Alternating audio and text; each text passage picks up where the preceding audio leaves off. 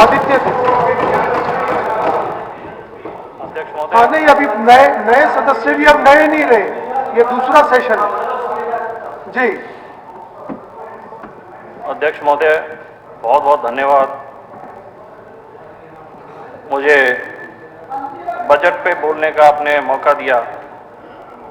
माननीय मुख्यमंत्री जी ने वित्तीय वर्ष 2025-26 के अनुमानित बजट 2,05,017 करोड़ रुपए का पेश किया, जो कि पिछले वर्ष के मुकाबले 13% अधिक बताया है। परंतु पिछले वर्ष के अनुमानित बजट 1,89,876 करोड़ रुपए के में केवल 7.9% बढ़ोतरी हुई है। अनुमानित बजट 2,05,017 करोड़ रुपए से पूंजीगत व्यय को जो विकास खर्च होता है केवल 16,164 करोड़ रुपए खर्च होंगे, जो कि केवल 7.88% है। उन्होंने कहा कि कृषि एवं कृषि से जुड़ी हुई अन्य सुविधाओं पर खर्च वित्तीय वर्ष 2024-25 में कुल बजट 11.52% से वित्तीय वर्ष 2025-26 में घटकर 10.67% रह जाएंगे। यातायात, सिविल एविएशन, सड़क व कुल बजट की हिस्सेदारी 4.6% से घटकर 3.70%, ग्रामीण विकास पंचायत सेवाओं में हिस्सेदारी 3.66% से घटकर 3.61%, शिक्षा में कुल बजट की हिस्सेदारी 10.94% से घटके 10.36%, स्वास्थ्य व परिवार कल्याण में हिस्सेदारी बजट में 5.2% से घटकर 4.72%, जन स्वास्थ्य कुल बजट की हिस्सेदारी 2.5% से घटकर 2.4% रह जाएगी। प्रदेश का सकल उद्योग पिछली बार 8% था, जो इस बार घटकर 7.6% रह जाएगा। राजकीय कोष घाटा पिछले वर्ष 32,555 करोड़ रुपए का था, जो कि अब बढ़कर 35,994 करोड़ रुपए का हो जाएगा, परंतु इस घाटे को कम करने के लिए कोई प्रावधान नहीं रखा गया। मुख्यमंत्री जी, इस बार का कर्जा अनुमानित 3,52,919 करोड़ रुपए से 68,295 करोड़ रुपए राजकीय सार्वजनिक उपक्रमों के द्वारा किए गए कर्जे को जोड़ा जाए तो कुल 4,21,114 करोड़ रुपए हो जाएगा, जिससे प्रदेश के पर सीधा प्रभाव पड़ेगा। श्रीमान जी, हरियाणा के गरीब मजदूर हर एक की नजर हरियाणा के बजट पे होती है कि क्या ऐसी सरकार योजना बनाएगी जिससे ग्रामीण अंचल, शहरी हर एक वर्ग को कोई ना कोई लाभ मिलेगा।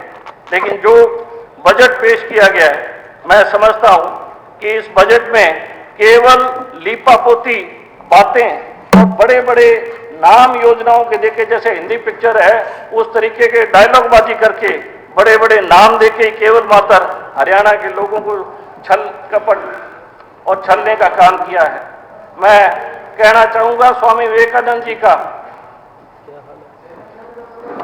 है। आदित्य जी अपनी बात रखिए सर, आपस में बात नहीं करनी। उठो जागो, तब तक मत रुको जब तक लक्ष्य की प्राप्ति ना हो। श्रीमान जी, क्या सरकार का लक्ष्य है हरियाणा के लोगों को कर्जा देने का है?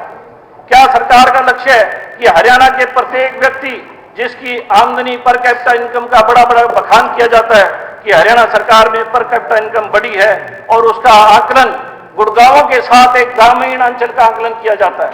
मैं समझता हूं कि जो विवेकानंद जी ने कहा था वो सकारात्मक उनका कोट था, लेकिन सरकार जो है वो हरियाणा के किसानों को, हरियाणा के मजदूर को, हरियाणा के प्रत्येक व्यक्ति को कर्जा देने का काम कर रही है।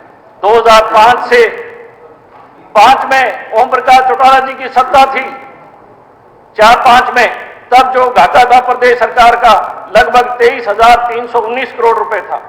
2014-15 में जो सत्तासीन सरकार थी उस वक्त 70,913 करोड़ रुपए का लगभग घाटा था, और आज हम 4,21,000 करोड़ रुपए पे पहुंच गए।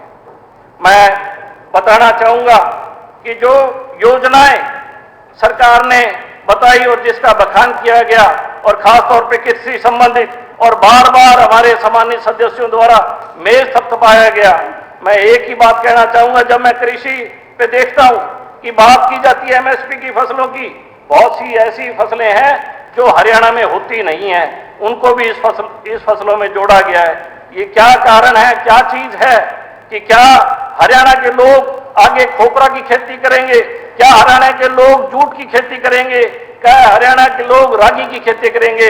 इनसे हरियाणा का कोई ताल्लुक नहीं है। इसका मतलब सरकार की मंशा जो है हरियाणा के किसानों को किसी तरीके से तहस नहस करने की। एक तरफ कहा जाता है कि हरियाणा सरकार जो है वो किसान जो है रीढ़ की हड्डी है, लेकिन उसके बावजूद किसानों की जो डीएपी खाद को लेके लाइनें लगती है, आज बिजली के बिलों की लाइनें लगती है, और कहीं पे भी लोगों को न्याय मिलने के लिए, लोगों की बात सुनने के लिए कोई व्यक्ति नहीं है। यहाँ जितने सम्मानित सदस्य बैठे हैं, एक आदमी भी अपनी शिकायत लेके इनके पास नहीं आता, क्योंकि इनके पास उसका हल और समाधान करने की कोई ऐसी चीज नहीं है जिससे ये उन चीजों को अपने ठीक कर सके।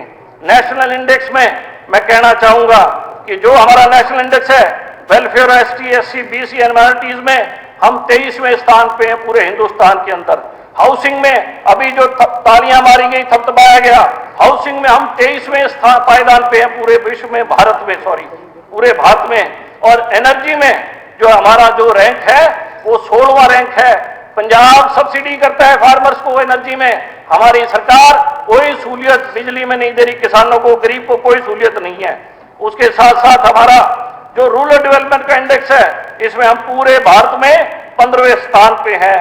रोड एंड ब्रिजेस में हम पूरे भारत में 23वें स्थान पे हैं। क्या ये नरेंद्र मोदी जी का सपने को साकार करने की ओर हरियाणा अग्रसर हो रहा है? क्या नरेंद्र मोदी जी ने यही कहा था कि विश्व गुरु बनेगा, तो हरियाणा जो है उसका पायदान घटता क्यों जा रहा है? इसके साथ साथ मैं बताना चाहूंगा, कानून व्यवस्था के लिए हर आज सदस्य ने बताया, मैं एक घटना बताना चाहूंगा।